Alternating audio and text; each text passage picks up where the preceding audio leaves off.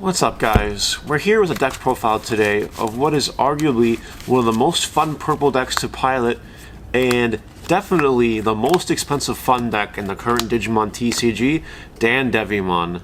That's right, we're going to talk about Dan Devimon today because I was able to get the power-up promos and the tournament pack promos, and now this deck is actually able to be made. What makes this deck so expensive is it's locked behind a playset of something you need in a power-up pack and almost a playset of something you need in a tournament pack. So that makes this deck extremely expensive and kind of difficult to get unless you just go out and buy the singles, which is expensive. But I've finally had the opportunity to test with this deck. It is able to take fun matches off of yellow and green, and that's good enough for this deck profile. I'll explain how the deck works, I'll explain why everything is the way it is, and then let you know if there's any changes that should be made to the deck. If you guys like this content, don't forget to like, comment, subscribe, and turn that notification bell into smashed potatoes. That way you know when all these amazing Digimon videos are uploaded.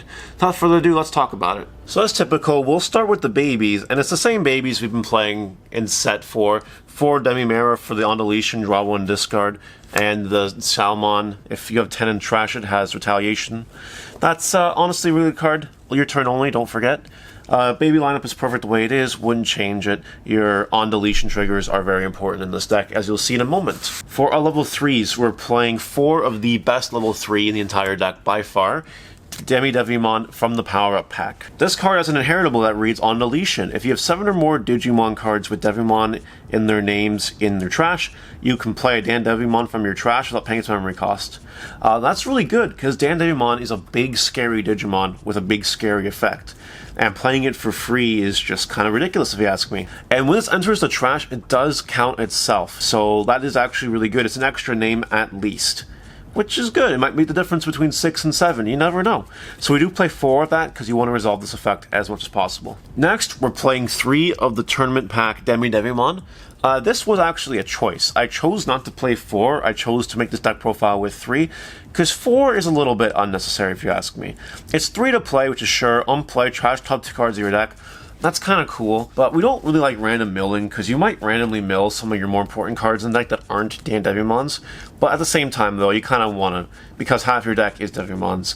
So 3 is fine, it's a little more budget friendly as opposed to buying 4. It's a Devimon name, and that's okay. And we're also playing 3 Devimon that just cost 2 to play.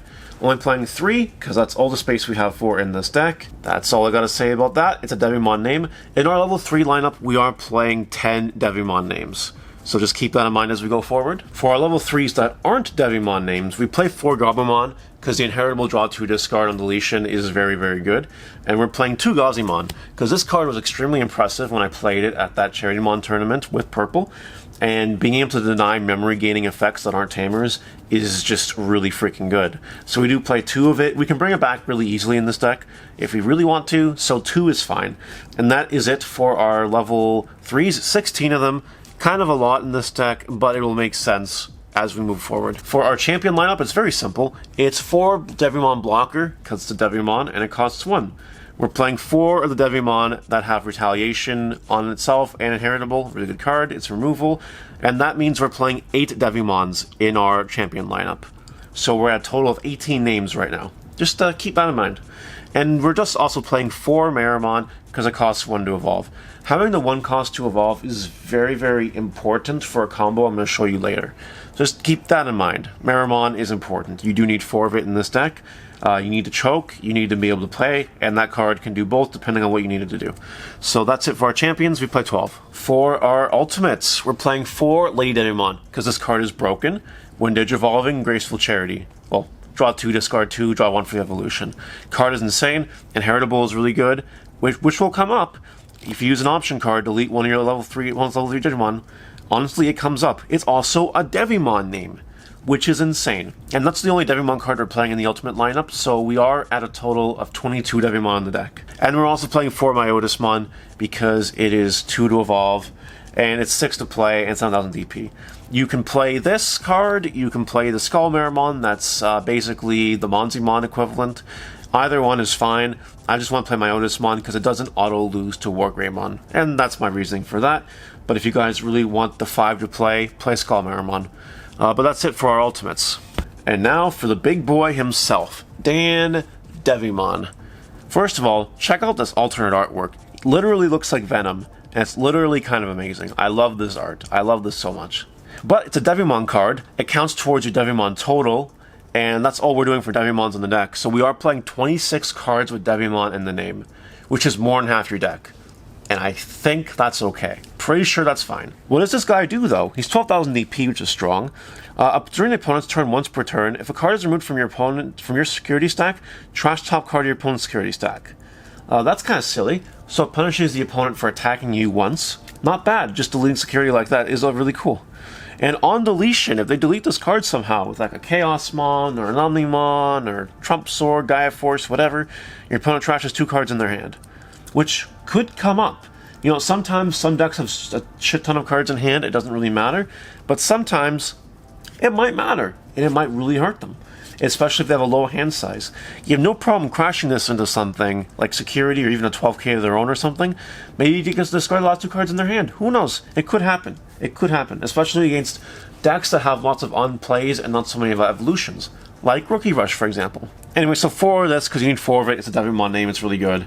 And our spicy card to go along with Dan Devimon is Anubismon. We only have room for 2, but I want to play 4, and that would be the only change I make in the deck, is finding room to play a 3rd copy of this, and then even a 4th copy of it. When Digivolving, you bring back a level 3 card in your trash while paying its memory cost, and anything that comes back from your trash has Rush, which is absolutely insane. It's crazy. It's just crazy. So what ends up happening is freaking Anubismon brings back, I don't know, anything, and then you attack with it, and that's really cool. But what's even better is that if you have your little lineup here with your Devimon and a level 4, we'll just use this one, I guess, doesn't really matter. If this dies on your turn while you have Anubismon on the field, you bring back Dan Devimon and it can attack right away. Which is silly, because it's 12,000, and that's just shouldn't exist. But it does. That's the main draw behind the deck, and, you know, that's why I want to play more of it. But that's okay, it's not really a big deal. Well, that's all we need for level 6s, to be real. 2 is fine. The rush mechanic is really cool, and it really is prioritized. So I do think that if you're going to make changes to the deck going forward, do play a 3rd copy, even a 4th copy. But I was okay seeing 2 copies and playing around it wasn't really a big deal, which is why I stuck with 2. But if you guys really want to pull off the combos, you play more of it. That's it for our 6s. We are playing 2 Millenniumons because it's a purple deck, and being able to spin things and float is very good. Once your Dan Devimon comes back for free, potentially, you might just want to evolve into Millenniumon. Who knows? And if your Anubismon isn't doing anything for you, you can turn into a Millenniumon. And that's honestly okay. It's not really a big deal. You don't need to have Dan Devimon sticking on the field at all times. It can just be Millenniumon, and that's honestly okay. So that's it for our Digimon. Let's talk about the rest of the deck. We're playing 2 Matte Ishida because starting a turn with 3 memory is really good in this deck. Also, it returns a purple card from your trash to your hand when you play it.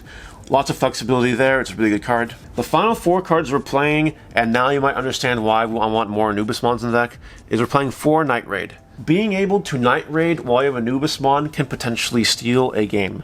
It can straight up steal a game. You can do wombo combos with the deck. 4 Night Raid I think is extremely important in this deck because it brings back your promo card, your Devimon. And then when you can constantly evolve it for 1, swing, and constantly recycle Dan Devimons, it's a cycle. It's a cycle that never ends as long as you can keep getting Night Raids. And who even cares at that point if you have a Anubismon on the field? Sure, it's much nicer if you have a Anubismon on the field, but even recycling Dan Devimons like that is just kind of insane, guys. It's literally insane. I've grinded out so many games against yellow decks, and I guess green decks too, because Night Raid can just do that in this deck. That's all I gotta say about the deck profile. The deck is really fun, and let's talk about the ending here.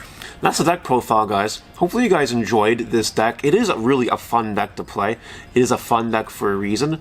I don't know if I'd bring this to a bigger tournament and try to make top 8 with it, but if you want to have a fun deck that just does funny things against your friends or play to locals, this is the deck for you, as long as you can afford to spend the money on it. If you like this content, don't forget to really subscribe. It means a lot to this channel. We're trying to hit 10,000 subscribers by July 14th, being my birthday, and if we could do that, that'd be really cool. Also, we stream on Twitch, link in the description if you want to follow there, that'd be awesome. Anyway guys, I'm out, have a great weekend, and we'll see you later. Take care.